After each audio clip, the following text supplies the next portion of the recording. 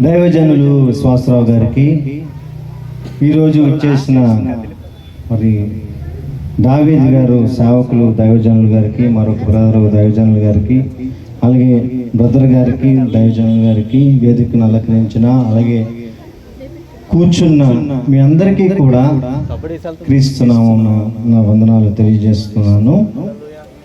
అందరూ బాగున్నారా? అందరూ బాగున్నారా?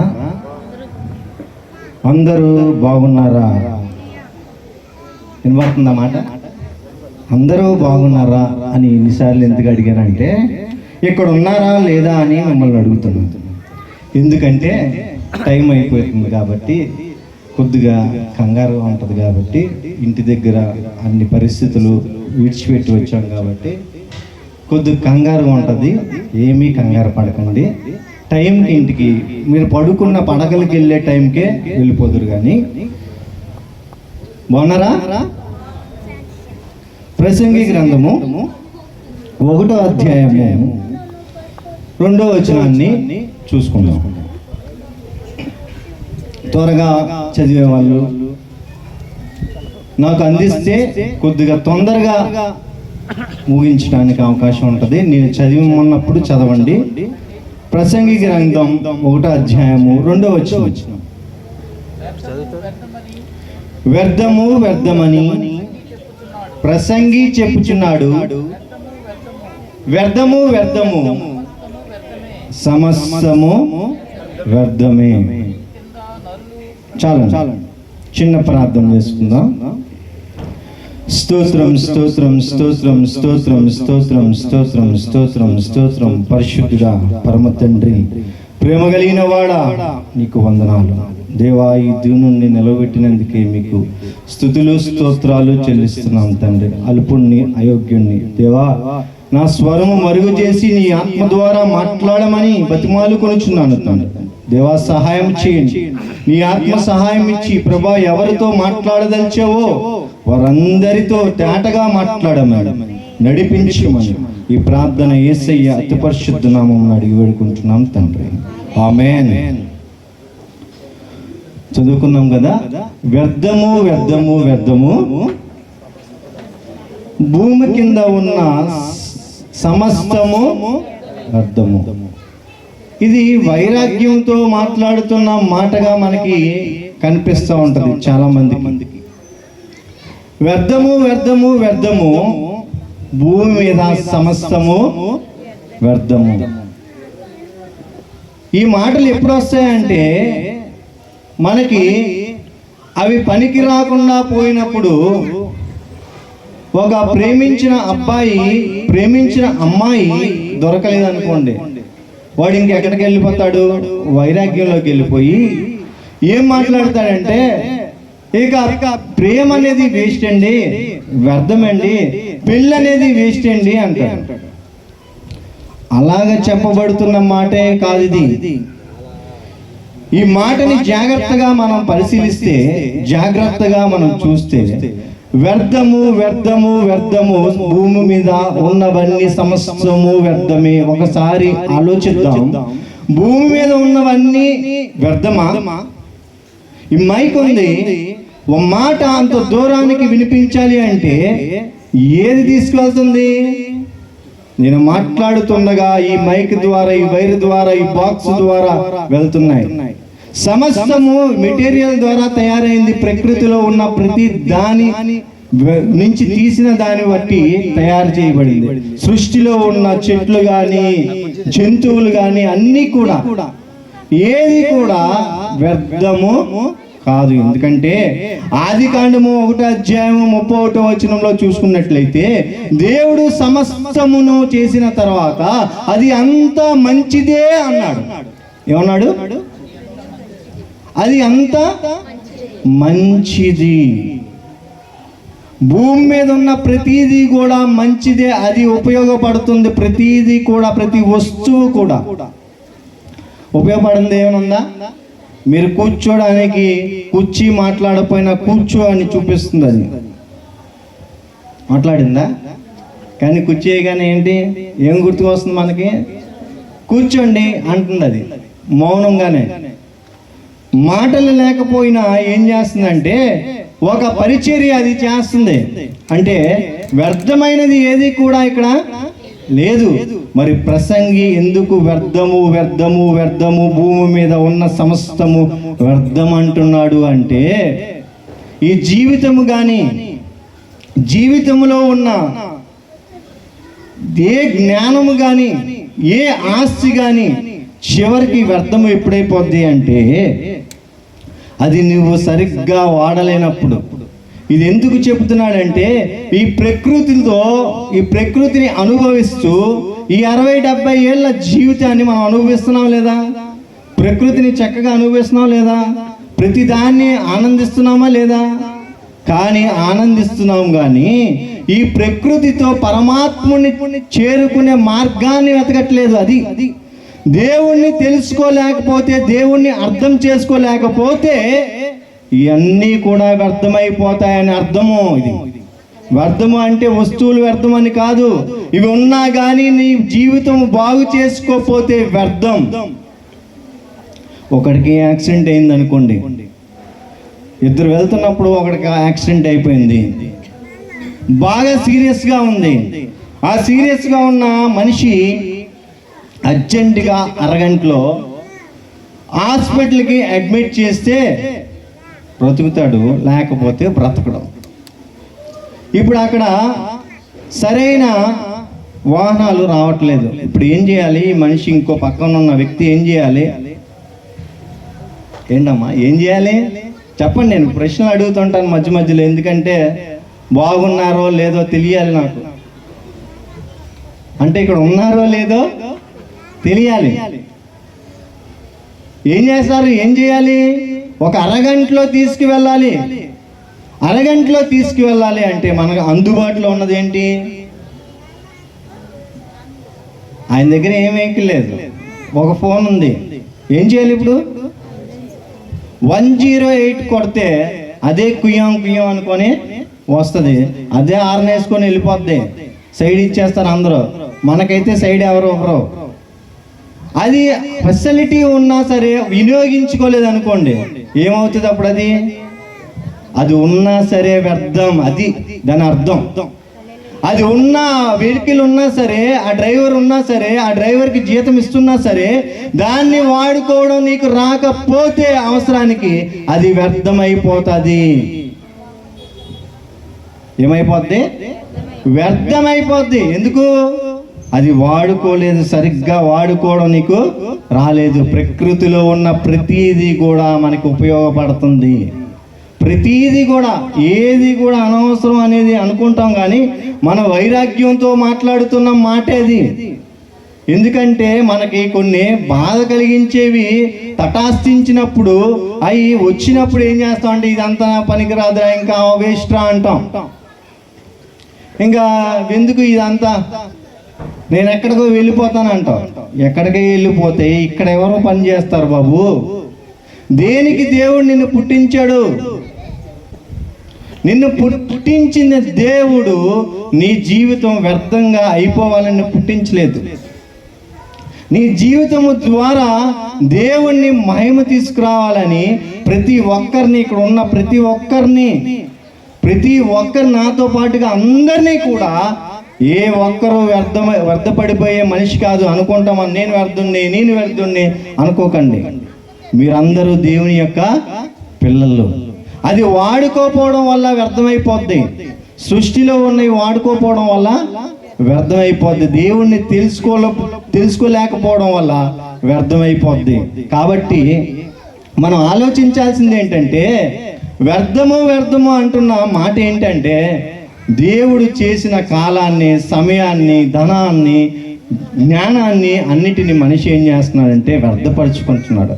చివరికి చేతులు ఎత్తేసి దేవుడు అయ్యంతా వ్యర్థం అంటున్నాడు, వినియోగించుకోవడం రాక. బైబిల్లో కొంతమంది ఉన్నారు, మీకు చూపిస్తాను. వాళ్ళు జీవితాన్ని వాడుకున్నారు. ఏదైతే కొన్ని సమస్తము, ప్రసంగం ఏమంటున్నాడు? సమస్తము వ్యర్థం అన్నాడు.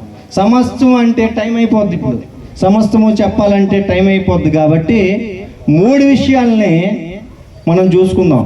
అంటే వ్యర్థంగా మనకు కనిపించేవి, వ్యర్థంగా కనిపించే 3 విషయాలను చూసుకుందాం. వ్యర్థంగా ఏం కనిపిస్తుంది? వ్యర్థంగా 1 సౌందర్యం, 2 ధనం, 3 శరీరం. అర్థమవుతుందా? మొదటిది సౌందర్యం, వ్యర్థంగా మనకు కనిపించేది. ఎందుకంటే ఒక అందగాడు ఉన్నాడు అనుకోండి, శోభన్ బాబు లాంటి వాడు, వాడిని చూసి అందరూ మిగతా వాళ్ళు ఏమంటారు? సోగ్గాడు రా నువ్వు, సోపు రాస్తూ ఉంటాడు. అలా సోపు రాసే వాళ్ళ మాటలు వినక్కండి, అయిపోగలరు. సోపు రాస్తూ ఉంటాడు, ఆడు ఎక్కడికి ఎక్కిపోతాడు? అలాగా గాలికి వెళ్ళిపోతాడు. అక్కడి నుంచి పడితే అన్నీ ఇరిగిపోతాయి. అవునా కదా? సోపు వేయగానే ఏమనుకుంటాడంటే, అలాంటి వాడు ఏం చేస్తాడు? అలాంటి వాడు సోకు మీద, అందం మీద అలాగ అందం ఉంది, మంచి అందగాడు, సూపర్ అందగాడు. కానీ ఇప్పుడు సూపర్ అందగారికి వయసు వచ్చింది. వయసు వచ్చిన తర్వాత ఏం చేయాలమ్మా?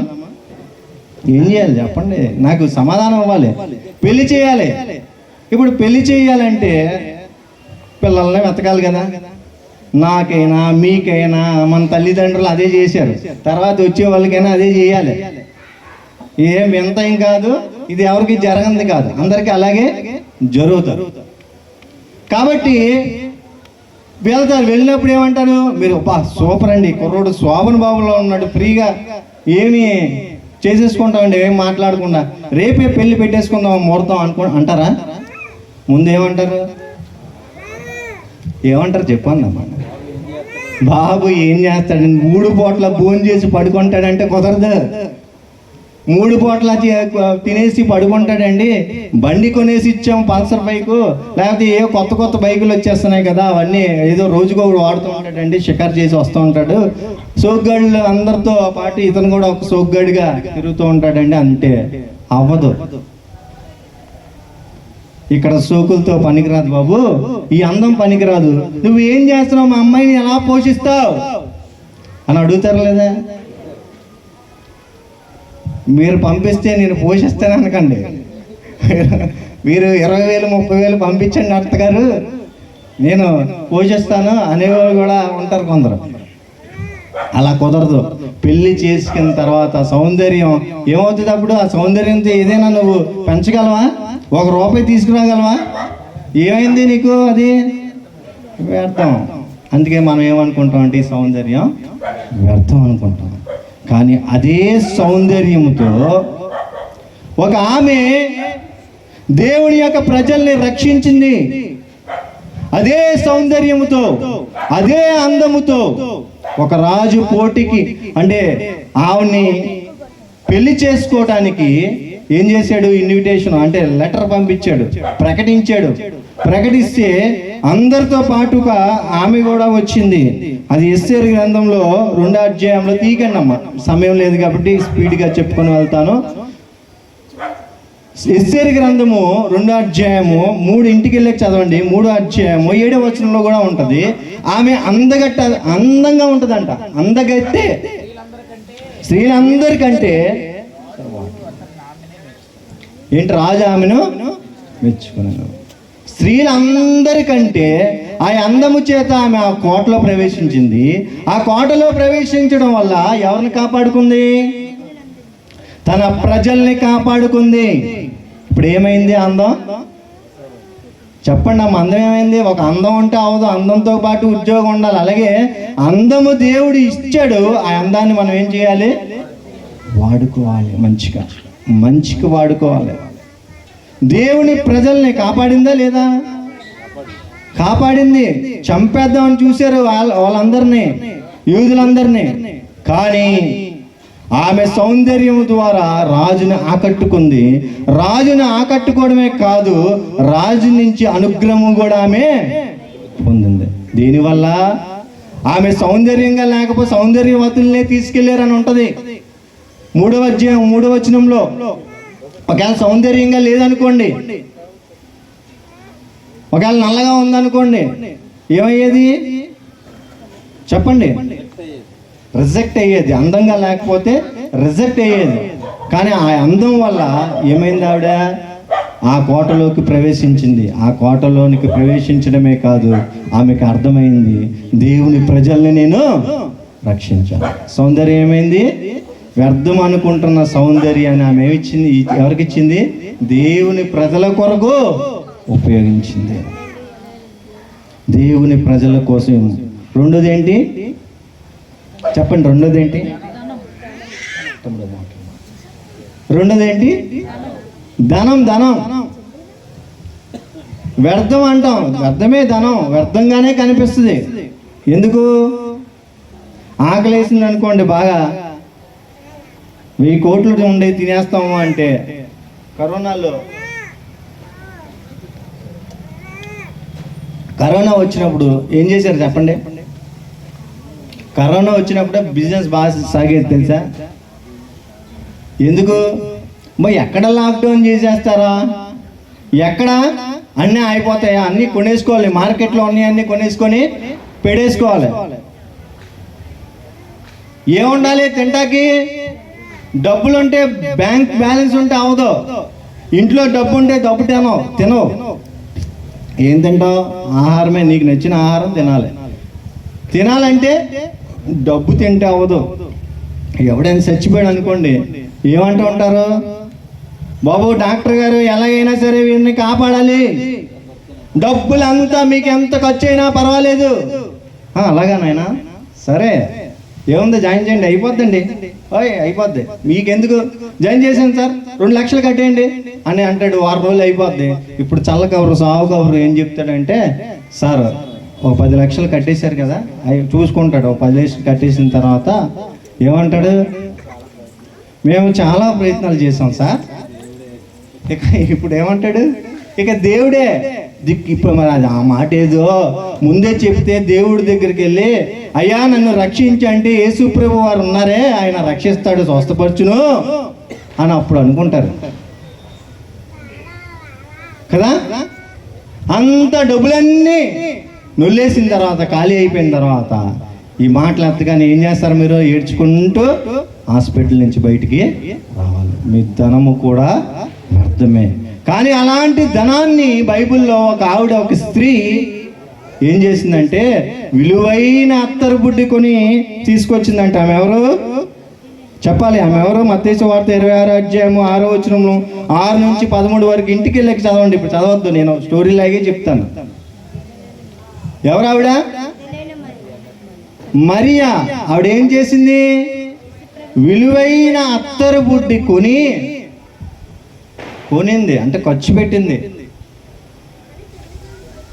ఇస్కరియోతు యోధా అంటాడు కదా, ఎందుకు ఇది ఇంత ఖర్చుతో నువ్వు చేసావు? పని లేదా? ఎందుకు ఈ మీటింగ్లు చేస్తున్నారు? ఎందుకు ఈ సువార్తలు చేస్తున్నారు? దానికి ఎందుకు డబ్బులు ఖర్చు పెడుతున్నారు? పని లేదా అంటుంటారు. అవునా కదా? విశ్వాసరావు గారికి పని లేక కాదు, పరలోకంలో ఫలం తెచ్చుకోవడానికి. పరలోకంలో ఒక్కొక్క రూపాయి పెట్టుబడిగా పెడితే వ్యర్థం కాకుండా పరలోకంలో నీకు అపాయింట్మెంట్ దొరుకుతుంది. దానికోసము ప్రయత్నం ఇది. ఆవిడ ఏం చేసింది? ఆ విలువైన డబ్బులు దేనికి ఖర్చు అయిపోయినా అయిపోను, కానీ ఆ విలువైన డబ్బులు ఏం చేసిందంటే, ఆయన యొక్క పునరుద్ధాన విషయమై ఆమె ఏం చేసింది? ఖర్చు పెట్టింది. ఖర్చు పెడితే యేసుప్రభు వారు ఏమన్నారు? ఈ సువార్త ఎక్కడెక్కడికి వెళ్తుందో ఈ సువార్త ఉన్నంత వరకు ఈమె జ్ఞాపకము చేసుకోబడుతుంది.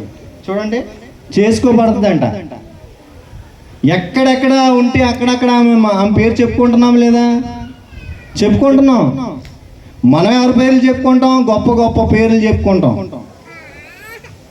ఎవడో మన పక్కన గొప్పవాడు అనుకోండి, గొప్ప ఆ స్టేజ్కి వచ్చాడు అనుకో, అప్పుడు చెప్పుకుంటాం. ఒక రిక్షావాడు మన అన్ని అయితే చెప్పుకోవడానికి మనకు సిగ్గు.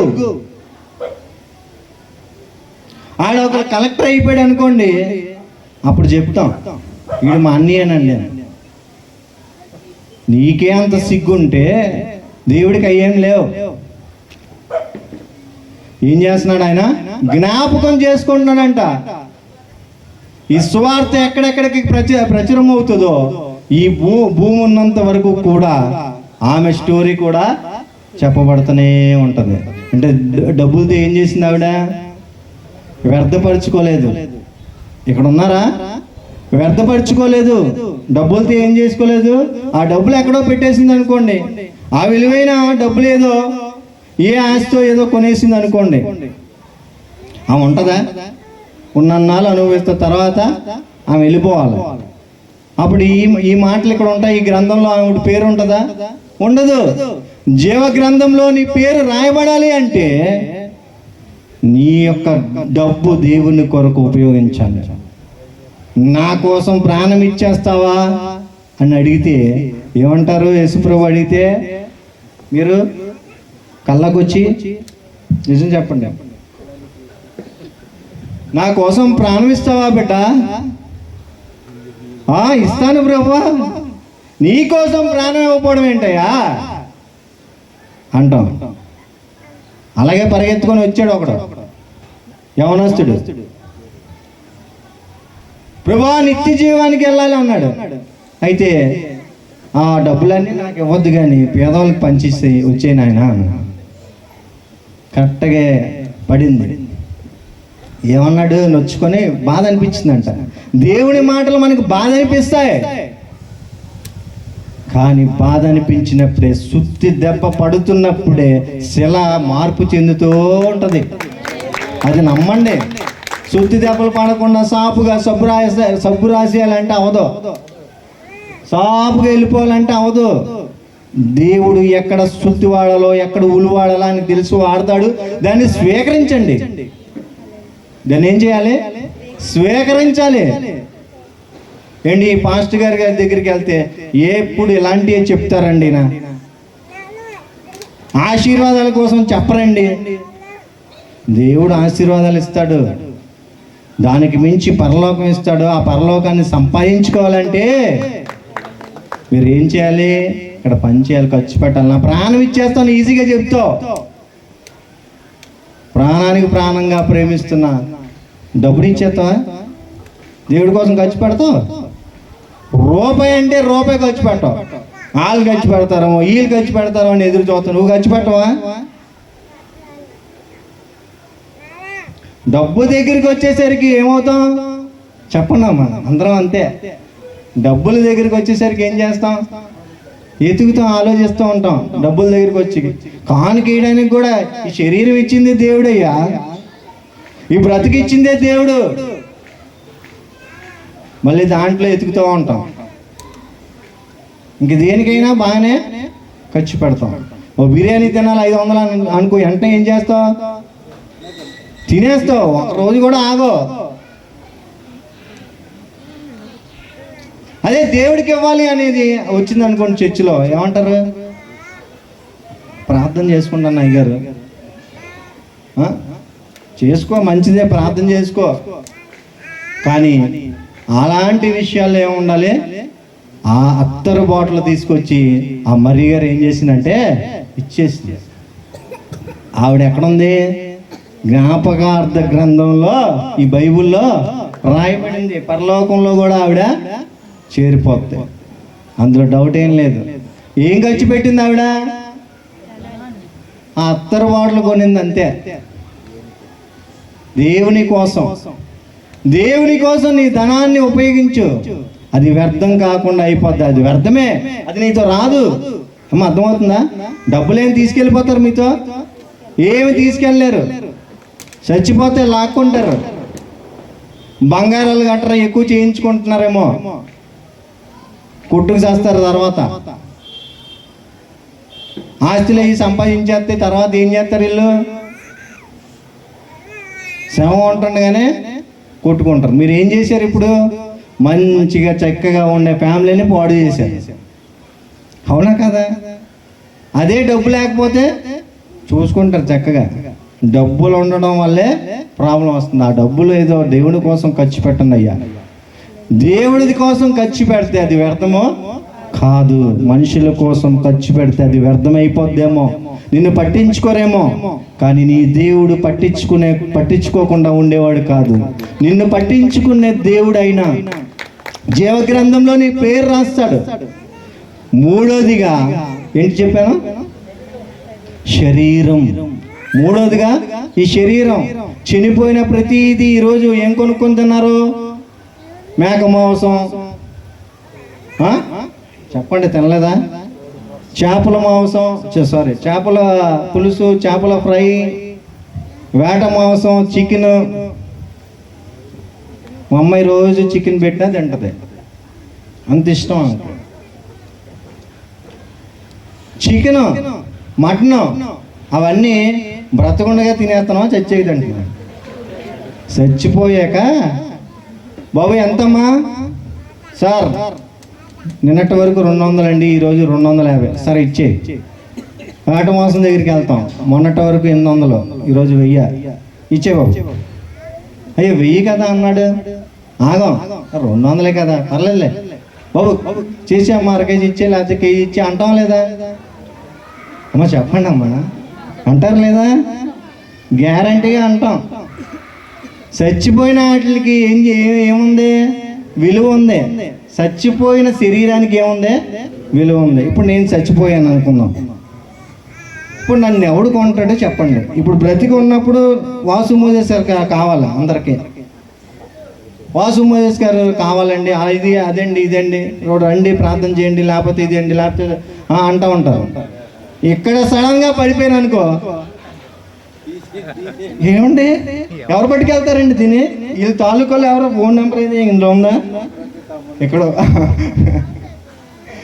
ఎత్తుకుతారో లేదో చెప్పండి అమ్మా. నన్ను ఎవరైనా కొంటారా? రూపాయికి కూడా కొనరు. కానీ ప్రకృతిలో ఉన్న ప్రతిది కూడా శవం అయిపోయినా సరే కొంటారు, ఉపయోగం ఉంది. కానీ ఈ శరీరం ఎవరు కొనరు, ఉపయోగం లేదు. కానీ ఈ శరీరం నీ దేవునికి కావాలి. నీ దేవునికి నువ్వు ఇస్తే అది ఉపయోగపడుతుంది, అది వ్యర్థం అవ్వదు.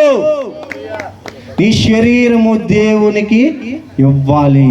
పౌలు భక్తుడు ఈ శరీరాన్ని ఏమంటాడంటే, నేను విడిచిపెట్టి వెళ్ళిపోవాలని ఉంది, ఈ శరీరాన్ని విడిచిపెట్టి వెళ్ళిపోవాలని ఉంది దేవా, అయినా సరే పని చేయడానికి ఈ శరీరం ఒక సాధనమై ఉన్నది అంటాడు. ఏంటి అక్కడ ఎలా ఉందంట? ఫిలిప్పీ పత్రికలో ఉంటుంది, అది 1వ అధ్యాయంలో ఉంటుంది. ఇంటికి వెళ్ళి చూసుకోండి, 21, 22 వచనాల్లో ఉంటుంది. ఏంటంట? నా పనికి, నీ పనికి ఫల సాధనము, ఫలాన్ని తీసుకొచ్చే సాధనం ఈ శరీరము. కాబట్టి ఈ శరీరంలో తండ్రి నన్ను ఉండాలి. శరీరంలో అంట ఏం చేయాలి? శరీరంలో ఉండాలని కోరుకుంటున్నాడు పౌలు గారు.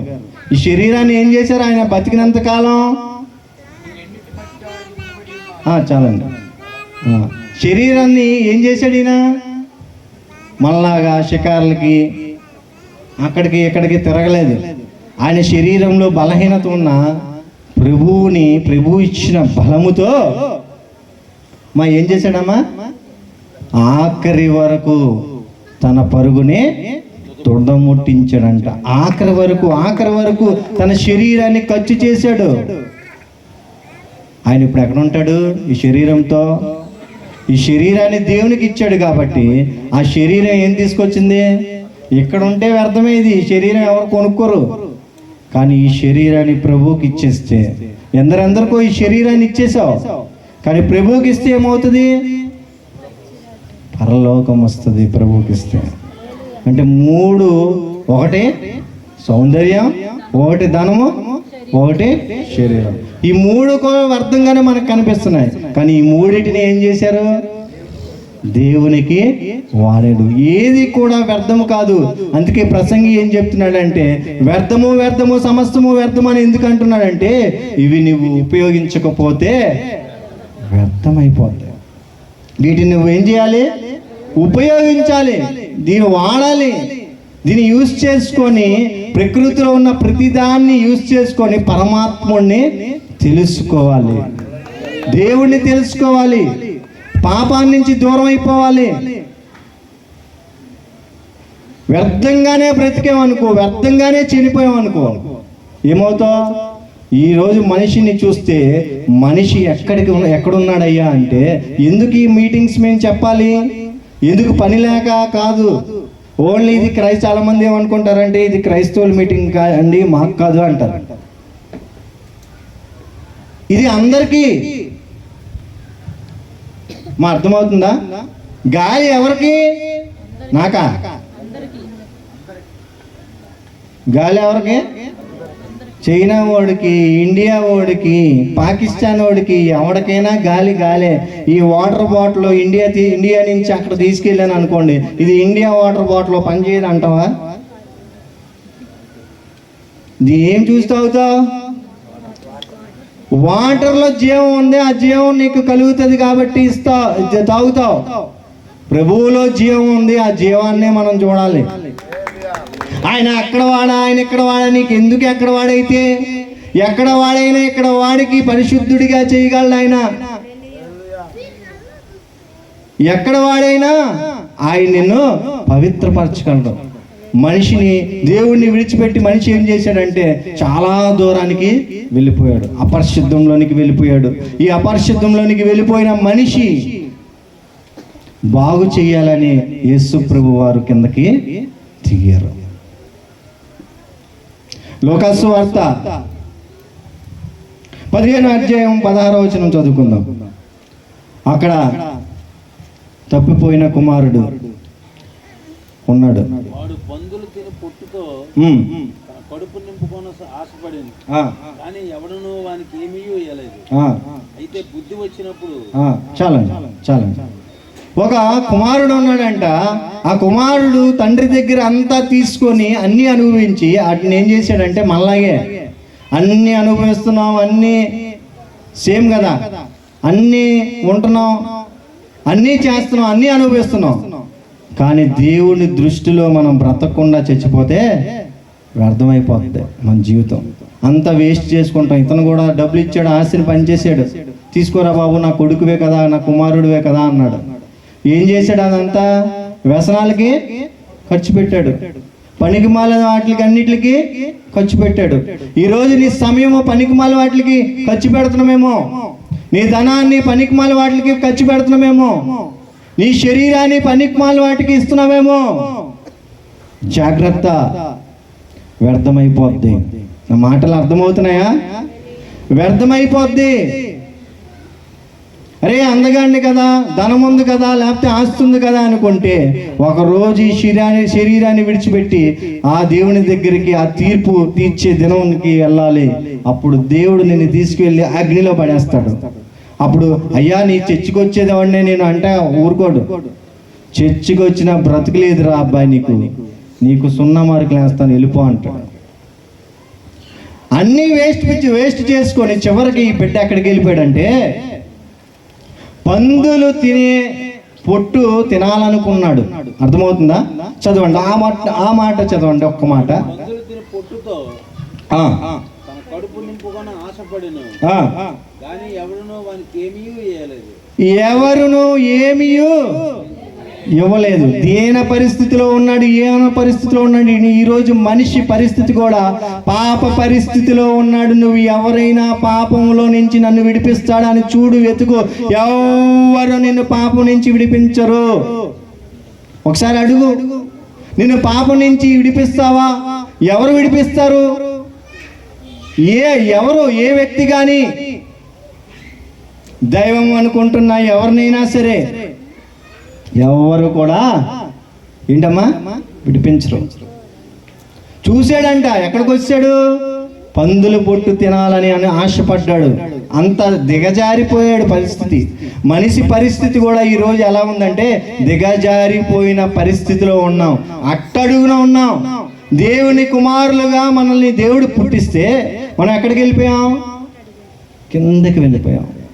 ఇప్పుడు దేవుడు మనల్ని పైకి తీసుకురావాలని, బాగు చేయాలని చూస్తున్నాడు, చికిత్స చెయ్యాలని ఆశపడుతున్నాడు. ఏం చేశాడు? ఎవరు ఎతికాడు, ఎవరిస్తారని ఎవరు ఇవ్వలేదంట. ఆ మాట చాలా బాగుంది కదా, చదవండి. వాడు పందులు తిన పొట్టుతో తన కడుపు నింపుకొని ఆశపడిను, కడుపు నింపుకోవాలని ఆశపడ్డాడు, కానీ ఎవడునూ వానికి ఏమీ ఇవ్వలేదు. ఎవరు ఏమీ ఇవ్వలేదు.